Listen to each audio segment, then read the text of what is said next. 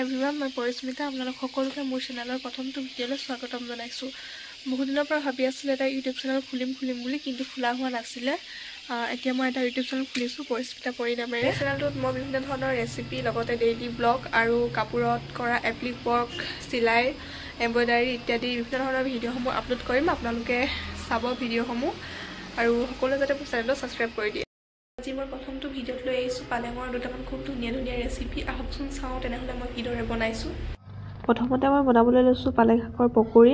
পালেং শাকৰ পকৰি বনাবৰ বাবে মই পাতখিনি খুব ভালকৈ ধুই লৈছোঁ।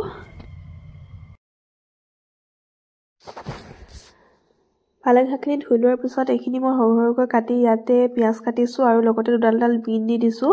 জলকীয়া, পিঁয়াজ এই গোটেইখিনি কাটি মেলি ইয়াতে মই আটা ব্যৱহাৰ কৰিছোঁ। জোখমতে নিমখ আৰু হালধি দি এইখিনি সকলোখিনি মিক্স কৰি লৈছোঁ।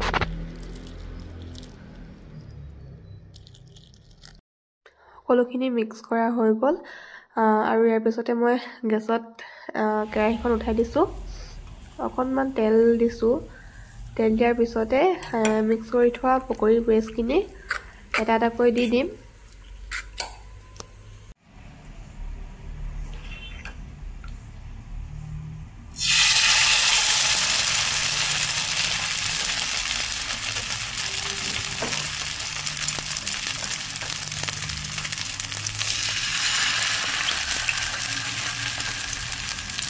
এইদৰে এটা এটাকৈ মই সকলোখিনি ইয়াত দি দিছোঁ।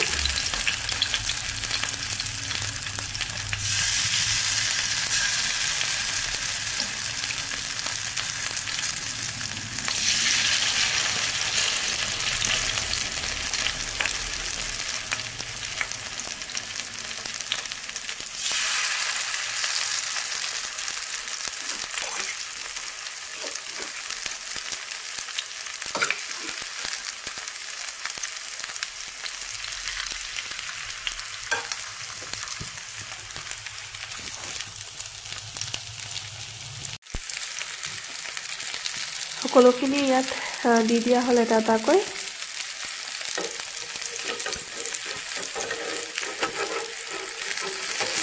গেছটো মই প্ৰথম অৱস্থাত বঢ়াই থৈছোঁ আৰু এতিয়া গেছটো অকণমান কমাই লৈ মই ইলুটি কৰি দিছোঁ।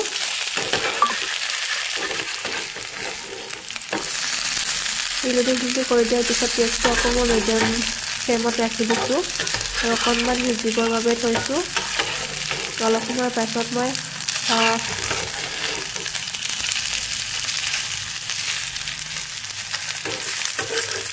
আকৌ উলিয়াই দিছোঁ।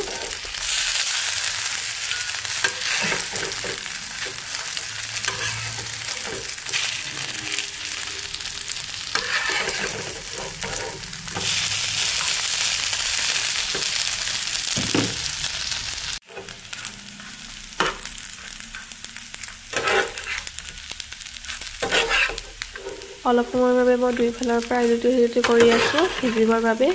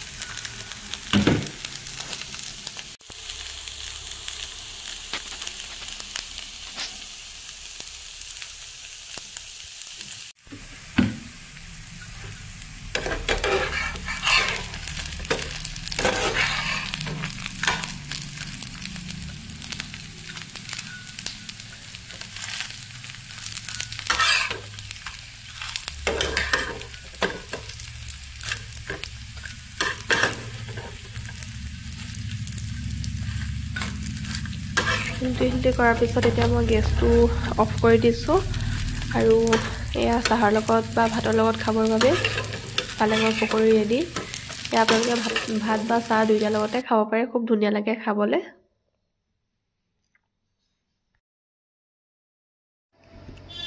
আৰু 2 খিলামান পালেং মই বৰা বনাবলৈ ব্যৱহাৰ কৰিছোঁ ইয়াতে বেচনত অকণমান নিমখ আৰু জালুক দি দিছোঁ মই জালুকখিনি মিক্স কৰি পালেঙৰ পাতকেইখিলা ইয়াতে মিক্স কৰি দিছোঁ আৰু এইফালে তেলত মই পালেঙৰ পাতকেইখিলা দি দিছোঁ এয়াও আমাৰ চাহৰ লগত খাবৰ বাবে খুব ধুনীয়া হয় খুব মচমচীয়া হয় খাবলৈ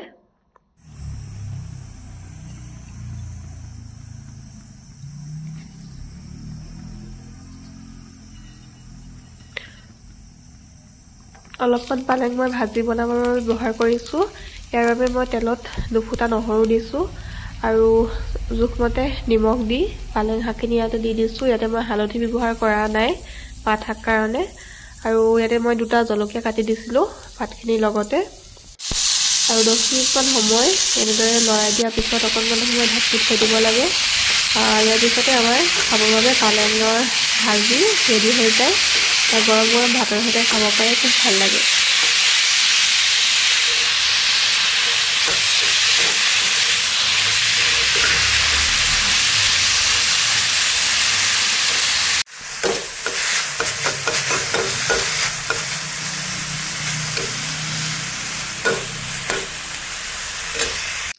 আজিৰ ভিডিঅ'টো এইখিনিয়ে আছিল আপোনালোকে ভিডিঅ'টো চাই কেনেকুৱা পালে জনাবলৈ নাপাহৰিব